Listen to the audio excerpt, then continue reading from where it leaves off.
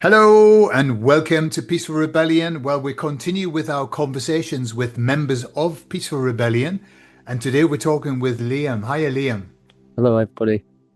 Liam, so you reached out to me and you said you would like to have a conversation on our channel and chat about the stuff that you're into. So why don't you give us a little bit of just understanding of who you are, where you're from, and how long have you been awake? How about that if we start there? Okay, so basically, I'm from Kingston upon Hull in England, the northeast, next to the Humber Bridge. All right. Um, and my awakening, how long have I been awake? I don't know. It's hard because it's in waves. Uh-huh. Like, I don't think we'll ever be fully awake until we pass. Mm. I think life for me has been quite hard, as in, when I was young, I was exposed to a bit of domestic violence in my household. And I think that, it knocks the bubble, the positivity bubble away. And then, so I was exposed to that. And so, for example, I think when I was about between 2 and 3, every day I'd go downstairs and I'd look at the front door and I would see no key in the door. And I'd go again, no key in the door. And then one day there was a key in the door. So me being young, decided to go into the kitchen. I got a chair, got up onto the side, got my loaf of bread basically, got onto my tricycle, managed to get out the door, get onto my tricycle, out the front garden. I got about a mile away from home before Wow. an old lady basically coached me into a garden. Could you imagine this little baby in his diaper riding up and down the street and with his loaf of bread next to him? And then she coached me into the garden and called the police. And then my mum's look of horror, I can only imagine. So from an early age, I was quite adventurous. Right. And then, so life went on. And I was quite an introspective person. So at school, that left me to be a target for bullying. Okay. So that was quite awakening how people can be, exposed to the public school system and all these people and getting chased around school and beat up and stuff like that. And then, but one day I just snapped on my lunch break, and basically every single person who had looked at me wrong, I went around and had a mad mission of just filling everybody in. And then after that moment, I realized that I had a lot of innate strength and determination, and I could channel my anger towards combating that. But what I realized was it went from being bullied to being the bully. Okay. And one lunchtime, one of the dinner ladies said to me, Liam, she said, I remember when you was being bullied, but now look at you. And then, there's that moment where you just think, yeah, and then you just think, right, I'll just get on with it. And then, and I used to like the Bible for some reason. I liked drawing wise wisdom, and I used to on my lunch breaks when I was getting bullied, there'd be like a classroom of arts and crafts where all the people, basically the teachers just kept me in there, and like I'd look out the window and there'd be maybe a few kids at the window pointing at me and giving me this. And then, but I was in there and I found the Bible and I used to write the hymns and stuff, and I really liked it. And I used to show it to the school dinner ladies, and they used to give a bit of validation and say, oh, that's lovely, Liam. And I used to really like it. And then I showed it to one of my friends, and he just laughed, and then just like went inside. And then I stopped doing that. Do Uh-huh. you know what I mean? And then I left school and went to senior school, and then I settled down a bit because I realized that fighting, it's not really good, really, because there's bigger people to start off, and you've got more responsibility. You're getting conditioned into the social dynamics of the environment we live in, and basically you can't go around hurting people because you get locked up, Sure. and it's just not appropriate. And then I left school. Well, before I left school, my self-esteem was quite low. I wasn't attractive you'd speak to girls and they'd be like, do you know what I mean? You if you're not attractive, then and you're not getting the birds, then you're not really that happy, because it's all about that at that age. You know what I mean? You're chasing around looking for the girlfriend or the boyfriend, whatever you're into, and if you're not getting it, your self-esteem's low. And my self-esteem was low, so I found the gym basically. I started going to the gym, and then quickly I learned that this self-care basically. I never had that self-care before, but now I'm going to the gym, I'm exercising, the endorphins are coming, I'm feeling, I'm putting on a bit of muscle, I'm getting a bit of attention, I'm running in the morning, I'm really fit, I'm just doing really well in life. But the problem was, because I grew up on a council estate, my friends in my circles, there was a lot of like drugs and say cannabis and alcohol, and we were friends because we were using each other as utilities, basically. You have friends who have a bit of money, and you can all drink together and you can smoke together, and that's what your friendship's about. It's not about the deeper things in life. And so, but having those friends, it easily turned that backstabbing. And one day, I got beat up by one of my friends and put in hospital. Wow. And it was just a bit of a shock, really. And my mum said to me, she said, "Right, Liam, you need to basically sort yourself out. Why did you join the army?" And I was like, and it just thought, yeah, do you know what? I'm training, I'm running, I'm fit. I need some life experience. I need to be a man.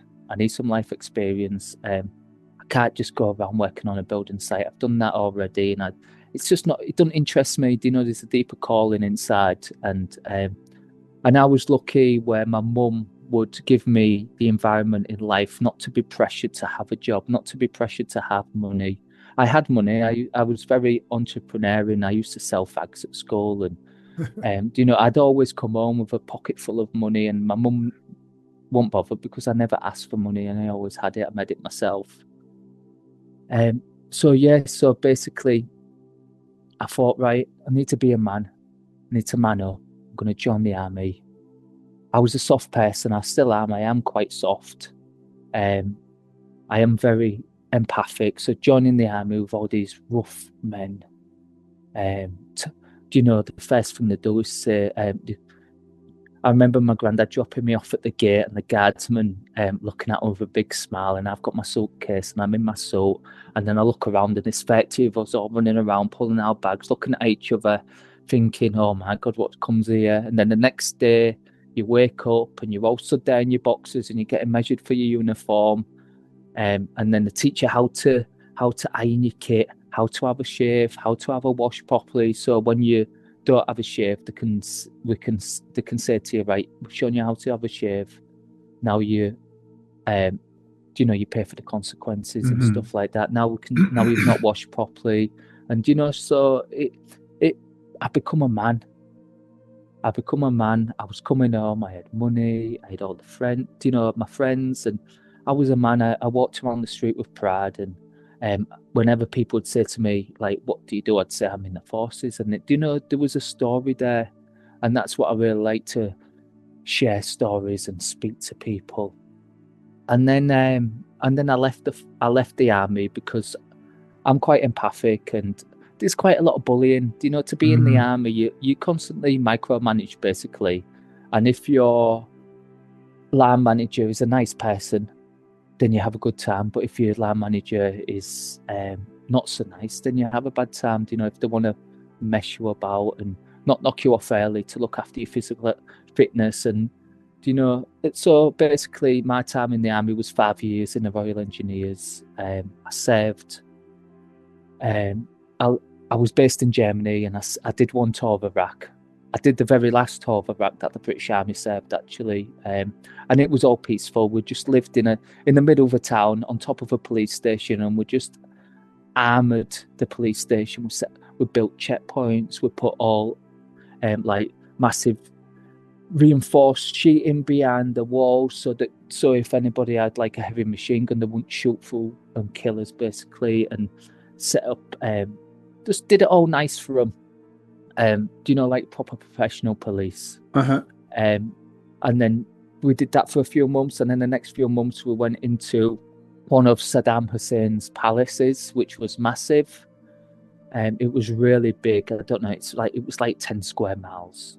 And it had a big wall around it, and it was just mad, like just all sort of, it was just really mad. Like it had a lake in it, and basically the American Navy SEALs were teaching the Iraqi police how to patrol the waters in the boats. And to do that, you need to get your boat into the water. So we built this massive landing, basically, so they could load the big heavy boats into the water and pull them out. And yes, and that was really good. I really enjoyed that. And it was just mad because you'd be like a house, and me and one of my friends would go and exploring it, and basically you'd look and you'd trace where someone had just gone in with an automatic rifle and had just been like, right, grenade, and you just look at this house and there was just frag marks and bullet marks, and you just think, bloody hell, what sort of madness has gone in this place? Yeah. So yeah, so that was my army service. I left, and then that was in 2010 when I left. And then I joined the NHS, and I used to work in the operating theatres, you know. So basically when the orthopedic surgeons are doing the orthopedic operations, there would be a scrub nurse scrubbed for the operation, and I would be the link. So I wouldn't be scrubbed, but whatever the scrub nurse needed extra to what the basic setup would be, I would go and get that. So if you can imagine, you have like maybe 2 or 3 doctors scrubbed up and a scrub nurse, and there's a lot of pressure on you to know where something is in the full department because they're all scrubbed.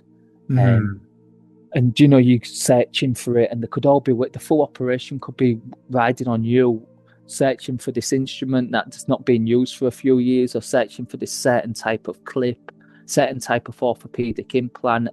And if you can't find it, you have to then go to someone and say, I can't find this. And, you know, but I really liked it because it was a high pressure environment.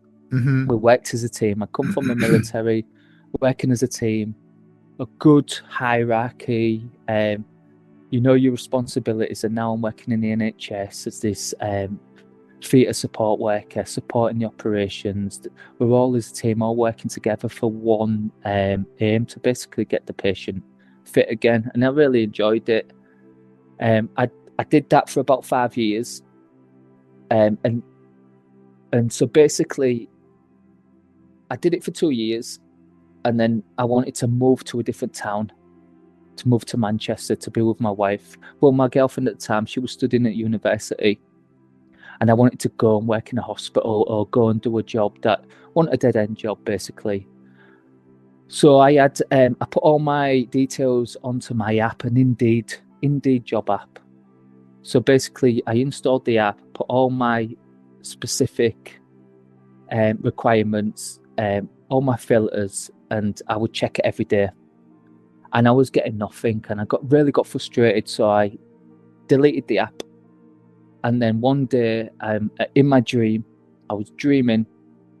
I was on the bus, and I was going down my street that I lived, and it was coming to my stop, and I was stood at the stop, and the bus stopped, doors opened in my dream, and I'm polite to the bus drivers because my granddad was a bus driver, and I used to say to cheers, driver. And the driver looked at me and he said, don't forget to install your Indeed app. So I woke up from my dream. I was like, install my Indeed app. Installed it, and there was a job, and it said theatre support worker in a hospital in Manchester, and I applied for it, and that got me into Manchester. But Wow. that precognitive dream, it started the ball going, basically. And then I moved to Manchester, and then one of my girlfriend's friends said, Liam, there's a documentary I think you'd like, and it was the Zeitgeister documentary. And it just outlined everything, basically. And I just thought, yes, I get it. This is amazing, basically. And then a few years later, I moved to a different hospital. I did a different job. I was working in physiotherapy as a physiotherapy assistant. So basically, if you was to go to your GP and the GP would refer you into the musculoskeletal physio department, say you had something to do with your bones, you go into the physio department, you would be seen by the physio. The physio would then diagnose you with a treatment plan, and then that patient will come into my diary, and I may have 10 patients each day that I go into the gym with and do an exercise treatment with, or I could go into the hydrotherapy pool and do some one-on-one or 5-to-1, different types of treatments. And I really enjoyed that, and it really got me to, it was in Salford in Manchester, so I really got to speak to the Salford people, who were like the people from Hull, just getting on with life. Some people were out of work and never been in work, or some people some people were very professional and they'd come down with fibromyalgia or chronic fatigue, and now they can't work, and all sorts of mad stuff. And you just got to speak to all these lovely people and share stories and be really it was really nice. It was a really nice job. But in my personal life, I was still struggling. I was starting to wake up. I remember once I watched, Jimmy Will Fix It. Do you know what I mean? Jim Will Fix It. The naughty guy. It was called Jimmy Seven. And the Ninth Gate, basically. And it was a documentary, and it was into stuff to do with the children. And it was really deep, and I watched it, and it really struck a chord with me. And I just remember getting down on my knees and just crying and sobbing and saying to God, God, what is this all about? If this is true, show me the truth. What is this all about? And I will do the work. I will get rid of all the stuff. I will do the work. And I just got massively, I stopped training every morning. I'd still run to work and home, but instead of exercising at home, I'd watch documentaries every morning. It could be David Icke, it could be all sorts of mad stuff, into numerology, astrology, into all the different conspiracies. And I was just obsessed, really obsessed, just finding the information. I just wanted to know. But yeah, and then I got into spirituality, because I thought, if the people so-called dark side are spiritual, if they do rituals and they're into all sorts of numerology and all sorts of magic, there must be something in it, and we must be able to use it for ourselves. So I started looking at it, but I went down the path of the spiritual teachers, like Moji and Saguru and stuff like that, and I just used to meditate and close my eyes and listen to the wisdom, and I found it really healing. And I stopped investigating into the deep para-political stuff, and I just liked the wisdom teachings, and it really helped me. I was meditating now, really going deep, really enjoying my meditations, but I still hadn't sorted out my addictions. I was still drinking, I was still smoking weed. So there was a disconnect, because I knew to be spiritual, these things, you need to heal these things, you need to move past it. So that was a bit of a disconnect. And then what happened to me was, I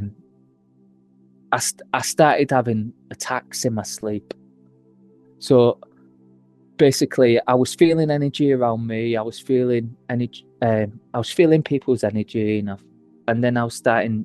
When I went to sleep, I started having dream attacks, being trapped in my dreams, having sleep paralysis, having stuff walk around the bed. But I was being touched inappropriately. All of a sudden, there'd be a light and it coming onto me, and then all of a sudden I'd have this orgasmic breath that I couldn't stop, and I wasn't consenting it to. And basically, it was feeling really like I was being violated. It was awful. And I was having a really bad time, because every time I went into my flat, I could feel stuff around me, and it was giving me these fear tingles, and I was constantly adrenalized. And And as soon as I went to sleep, I would be scared to go to sleep, and then as soon as I fall to sleep, I'd be in a nightmare, and I'd wake up in a fluster, and I was just constantly, and basically I was getting to the point where I felt like I was going insane. Because I'd speak to friends and none of them were spiritual, and even the spiritual people I spoke to thought I was mad, and there was like, go see a GP, and I was like, I've been down the rabbit hole of all the GP and stuff like that. If I'm I'm just going to get sectioned and nothing's going to get sorted. So I was having a really bad time, and I come across an interview on YouTube. And it was Dr. Terence Palmer, PhD. Basically, he was a hypnotherapist, and he studied hypnotherapy at university. One of the universities to do with hypnotherapy, and he realised that his experience to do with clients coming up against entities, because he was putting people in deep hypnosis, and then all of a sudden they'd sit up and start spitting and swearing and being very negative. And it was stopping his healing sessions. So he wanted to know what was going on, basically, and it set him off on the journey of working with mediums. So he worked with a few professional mediums to basically to work at PhD level, to do a thesis dissertation into this sort of thing. And so he did something called the science of spirit possession, and him and these mediums did 1,000 case studies of all the different things that were going on, and then he wrote a book at PhD level for the psychologists, and he would go around lecturing people, and standing up in front of 50 psychologists, and telling them that spirit does exist and they have clinical evidence, and then blah blah blah. It must have been very hard, but that's what he did. But basically, the interview that I seen of him, the types of stuff that I was coming up against, he was saying that he had clients like this. Sure. So, and he had all these case studies that he'd recorded on YouTube, of him doing live sessions. So I really dug into the case studies and really used the information to create what I call I have like what I call a cosmology of myself. So basically, my beliefs, I make sure to go through a filter. So when my beliefs come in, does this belief serve me in a way that's going to make me be high vibration? Does this person in my life serve me in a way that's going to be high vibration? Does this food or this, having like this cosmology of yourself where you're just being aware of everything in your environment. And so that's what I bring that into my cosmology, and using these case studies to ground myself in my spirituality. And then, basically that was my awakening. And that's what got me onto the path of where I am now, and the healing modality that I do now, because the work that he did, I do. So that's it. Basically, that's quite a long. Okay. So, and this is because I'm looking at your website, which is Etheric Medic, yeah? Etheric Medic. So basically, Dr. Palmer had he had at the beginning of his case studies on his YouTube videos, he would have something called healing the wounded spirit. So that's what the aim was, that the spirit is wounded and we want to heal it. So that's why I got the etheric medic. So basically fixing the etheric field, basically. Excellent. How long have you been doing that? So I qualified July last year. Right. And I've been doing it since then. But it's really interesting. So basically what we do is we're working a team of 3. I'm the facilitator. I liaise with the client. I get the client details. I send them like a client form. And then during the session, I booked a professional medium who was certificated in our academy, the Spirit Release Academy, and we meet, and the professional medium then channels their spirit guide, and I work with the spirit guide to go through a protocol that we have. And so basically we work through these different layers of this protocol. So for example, That's fascinating.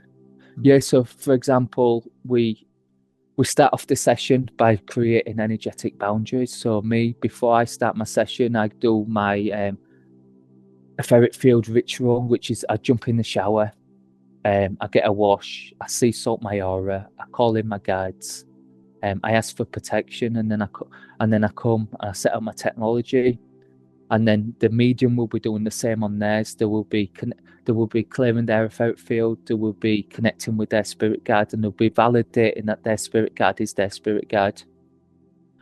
And then the session starts, and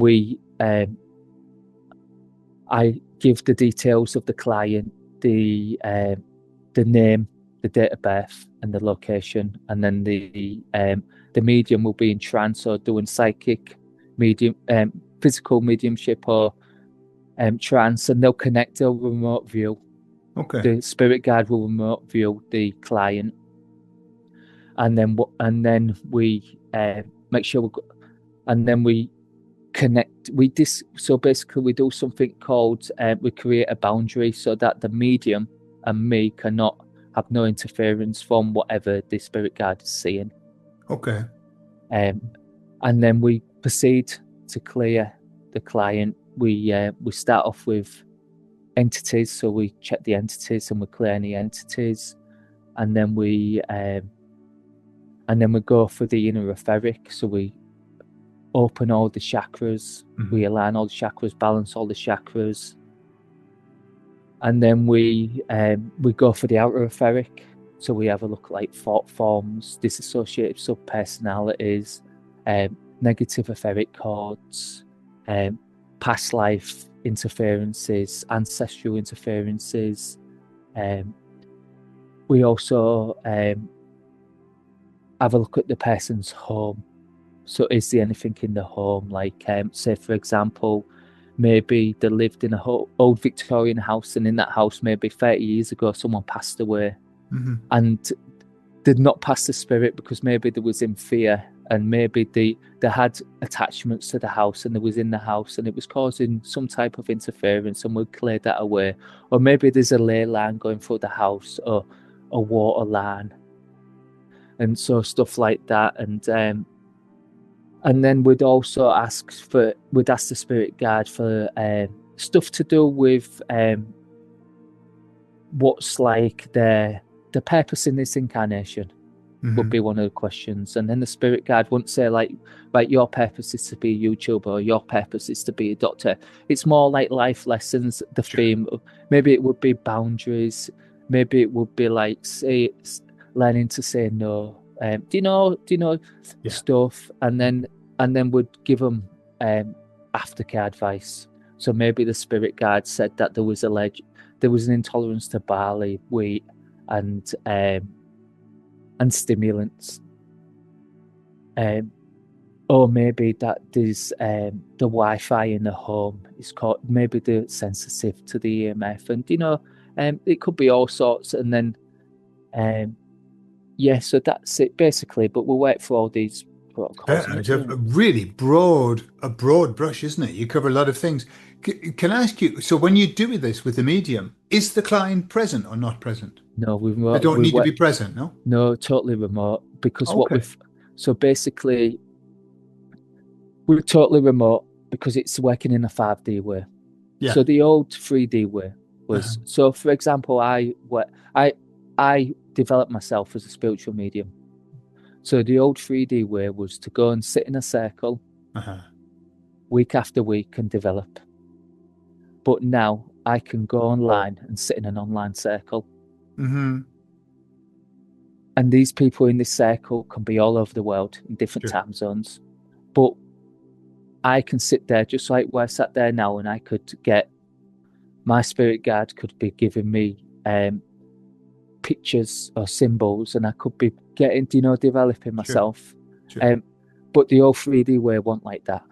And that's what we do now. It's a 5D way of working. It's remote, and it means as well, because we're clearing people who have negativity. Our etheric fields are not exposed to each other, so we won't be fatigued. We won't be getting sharp pains, and we won't be getting that type of entity and thinking, oh my god, who's this? Really interesting. So the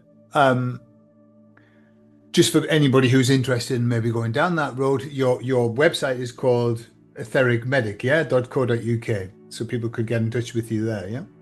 So basically, if you go onto my website, there's a pre-booking page, a booking page, a post-booking page, and there's a terminology page. And the terminology page has a detailed explanation of every single level that we clear. Just because, one, you want to know what you're getting, and two, if I have 5 clients in a day, and say each session takes me an hour, if I have 5 clients in a day and I'm working 5 days a week, that's 25 clients a week. But if that client wants to ask me one question, so that's 5 questions one day, 5 questions the next, 5 questions the next, 5 questions the next. If they want to ask you 2 questions, it can slowly spiral where you can have an inbox of 150 questions. So basically, we're taught in the academy, the more information you give to the client in terms of education, the better. But when we do our clearance, we have an ethical framework where we only give information that's high vibe. Okay. Nice. Because if I was to do a clearance on you, and you maybe had, maybe when you was 3 or 4, your mum dropped you, and it caused massive trauma, and it caused a dissociative subpersonality. Because that's what happens. The human consciousness, to protect itself, it creates like a little silo chamber. And I was to feed that back, maybe that would trigger something, or it could be a lot worse. It could be abuse. Maybe someone was abused, and you fed it back. That was your granddad that did it, and then all of a sudden it's like, oh my god, they're massive. Do you know what I mean? Or maybe there was someone in your family who cursed you. Or, and a curse isn't exactly like a black magic ritual. It can be someone who just really don't like you and sends a constant stream of ill will.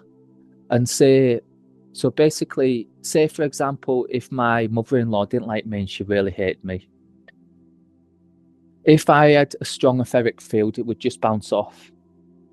But there's going to be one day when you've maybe got the flu, or you've been drinking, or your immune system's really low, and one day that stream of energy might penetrate into your etheric field because it's not strong, and that becomes a curse, And say, so that's just one example. I've lost my way a bit now, but so if you go on the website, if you fancy it, it's got all about booking and stuff like that, and it is what it is. Our work is quite hard because it's quite niche. It don't resonate with a lot of people. Like even yourself in your group, I post some stuff, and for a lot of people it don't resonate because a lot of people have never had unless they're mediumistic and they connect with spirit guides, and a lot of people never find that they have those entities like that. For me, it must have been in a life contract before life that I am going to do this work. Otherwise, my higher self would have never stepped out the way. So when you book a session, one of the first questions we ask the spirit guide is, does the recipient's higher self give permission to work? Because we always go for the higher self, because it could be a mum who's booked a session for the son who's been sectioned because they're schizophrenic and they're going through all this negativity. that son is in sections, is probably out of his mind. He would never give consent for Sure. the type of work that we Sure. do. So that's, we always go for the higher self, like, you know, in that way, because the higher self will have a look and see if that entity or that thing going on was a fraudulent, you know, if so. For example, like you yourself, you go for your ayahuasca ceremonies and stuff like that. We have had people who have had ayahuasca ceremonies, and when those entities present, they've not been off the light, but because that person was they were in a place where the psychoactive substances were in the system and they were more open, they agreed to connect to these Sure. types of things, and it led them down the wrong path, you know. So and it's the same with mediumship as well. If you don't know how to validate your guides, if you connect to the wrong type of guides, they can give you the wrong information, and your guides can stand out the way, and your high self can allow it, because we're here to learn, and it's a good lesson of discernment. You know, because that's what life's about. It's about learning. Absolutely, I agree. Okay, well that's nice and clear what you do. I'm impressed. It sounds like a big job, a big job. Let's just change tack now, and because obviously you're a very spiritual person, Liam. What's very clear is you've spent a lot of time thinking about that side, about spirituality, etc. Where do you see us right now in terms of our spiritual development as a world? Where do you see us? I find it interesting. It's amazing, really, because we're so multi-dimensional. So I feel like we're going through the dark night of the soul, and for a lot of people, it can be hard. But for the people who've done a little bit of work, like the waves, you know, there's different waves of us coming through. Like I feel like I was going through a lot of that in 2015, and people were coming through, and I feel like the guides who we work with now say that now is the time. Humanity, what's happened to humanity is no longer permissioned. The astrology's changing, the energy's changing, everything's changing. It's all uplifting. But the problem is that for this to happen, everything becomes exposed. And not only on the outside, but on the inside. Because, like, for example, for me, when I was massively into the conspiracy analytics, I'd say, looking at everything, you can become trapped. Do you know, where everything is happening for a reason, and that reason is not a reason that's for you to uplift. Do you know what I mean? Like the victim mentality. So, like, everything's happening and it's so bad, and I might as well not do the inner work. But that is there to force people to do the inner work. That is there to force me to do the inner work.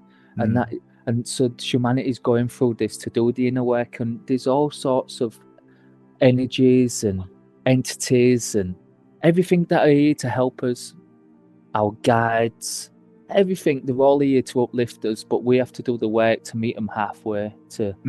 And that's where I find that is that the children that are coming in now are tapped in. The soul essences are coming in, and they're super clever, they're super switched on. They're here to innovate. They're here to break the school system, to not care that the school system is wrong. And so they're just, nothing works. They're like just super strong, like ninjas, spiritual warriors. So everything's breaking because I found that this awakening, it's bottom up rather than top down, rather than hierarchical. It's more like heterarchy. So hierarchy is the pyramid, down, and heterarchy is more the bottom layers they all disconnect, and it's like it's a heterarchy, and it creates synergy. It's this synergy, this energy, this flow of energy, and it's all coming together to uplift reality. So that's the way I see it, and the thing is, that's my truth. That may not be true, but in my cosmology, that helps me become high vibrational.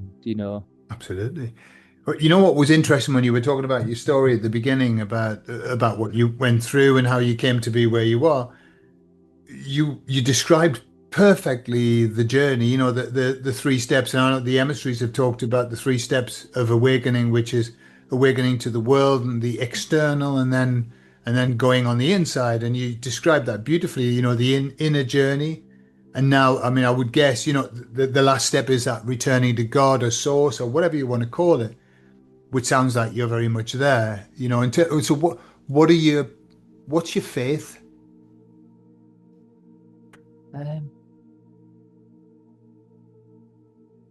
So basically, I answer to my spirit guides. So basically, I've not got a good connection to my spirit guides. Sometimes I hear them talking and they point stuff out to me, but I've not got an instant dialogue. I'm not that far my path yet. But everything I do, I just think to myself, what would my spirit guides think about this? Because they know your intention, they know what the deep intention is. So that's what I hold true is I don't know about God. There must be something up there, because it's hard, in it, because the more we want to know, the more we realize we don't know. Sure. So the more you think you know God, the more you don't actually know God, because God is created in God's name, and it's like stuff. But that's just who we are. I think once we pass and we go into the next realm, we wake up and we're like, whoa, what's going on here? And then they like grab you by the arm and say, now here we go. And I think it just keeps going up and up and up on the layers. I think once you go into spirit, you have like a role, and then if you progress on that role, maybe you become a spirit guide. If you progress on that spirit guide, maybe you become this, you become that, blah blah blah. Maybe sometimes to say, right, you're going to have an incarnation of being an absolute wrong'un. And that's gonna be something, because there's balance in the universe, and I think so. That's the way I try to explain the dark side, is that we all have a turn. As we can go up towards the source, we can fall, and it is what it is, and there's nothing wrong with that. But the main thing is that if there is someone who's working for the dark side, you just don't get involved with it. You don't fall for the contricts. As an awakened person, you don't fall for the contricts. That's just the way it is. The more you awaken, the more you can see the contricts that are running, and the more you don't fall for them. Yeah, I agree. Yeah, and I think that's where we are. That's where we are now, where everything is so patently obvious. The bad stuff that they're doing is so patently obvious. It's not like there's nothing really hidden now. It's all there, and it's on purpose, I believe. So it's like, it's there. Now you choose which one do you want, which one do you want to go with, but it's all clear now. There's no, before it was trickery, wasn't it? It was like, trying to trick people. Now it's this is what it is. Yeah. Do you want a satanic ritual, or do you want to go to God? And that's basically where we are. Yeah. I think for me, it can be frustrating when we see people, and there's also we have innate triggers. Like for you, it's the geoengineering. For me, because I have a daughter, it's more to do with like the social services, all to do with all that stuff like that, and I have triggers. But I try and cultivate being humble, where I speak to people. I try not to educate people unless there's a space, unless there's an energy exchange. So that is so I really don't really open up about stuff unless somebody asks me, because I learnt the hard way. And I just try and be humble and just realize, even though someone might not be spiritually awake, they can be very nice people. Yeah. They can have such nice hearts. They can be so gentle. They can be so kind, and they can really want. And I feel like even though those people are awake, they're still a light worker in their own way. Even I agree. though they may be like what we could term as a non-player character, because they're not awake and they're not doing this. But I feel like sometimes that can be like quite derogatory, because we all have we all have a life, and we all have we're all going through the different aspects of the multi-dimensional life, and for some people they're just not going to wake up, and that's okay, you know. For sure. Yeah. I agree. And I also think, you know, I often think about this, that, you know, we're going through all of this waking up and, we're warriors, spiritual warriors and all of that. And there are some people who are just going to do it naturally because they're just naturally good people, you know, and they don't need to wake up. They don't need to do anything. They just need to be who they are. And, you know, that's it. That's their job's done, you know, whereas we've had to do a lot of work, haven't we? A lot of work to get where we are. Some people are naturally there anyway. Well, Liam, that's been a lovely conversation. It's been great because you know, you're in our group and you post a lot of things. Thank you very much for that. But I've never had a chance to talk to you, so it's been lovely to get to know you and to get to see your face and hear what you've got to say. Liam, like myself, we're part of a group called Peaceful Rebellion in Telegram. The link is in the video description. Come and join us. It's a beautiful group, and it's a group of people who are very much in the light and who want to help one another. It's not for fear porn or anything like that. The only thing you've got to be is a nice person to come and join us. You have to decide whether that's the case, because we don't do a vetting system, but come and join us if you want. So Liam, before we finish, one piece of advice to people. What do people need to hear right now? Just turn off the TV. Turn it all off. Read a book. Listen to music. Dance. Go outside in nature. Things are happening. There's nothing you can do about it. Constantly getting wrapped up in the narrative that's, is it the white hats doing it? Is it the dark hats? Is it this? Is it that? Oh my God, it's confusing. Just turn it off. Go outside and say hello to your neighbours, smile at people, walk the dog. Just enjoy your life, because it's happening. There's nothing that can stop this.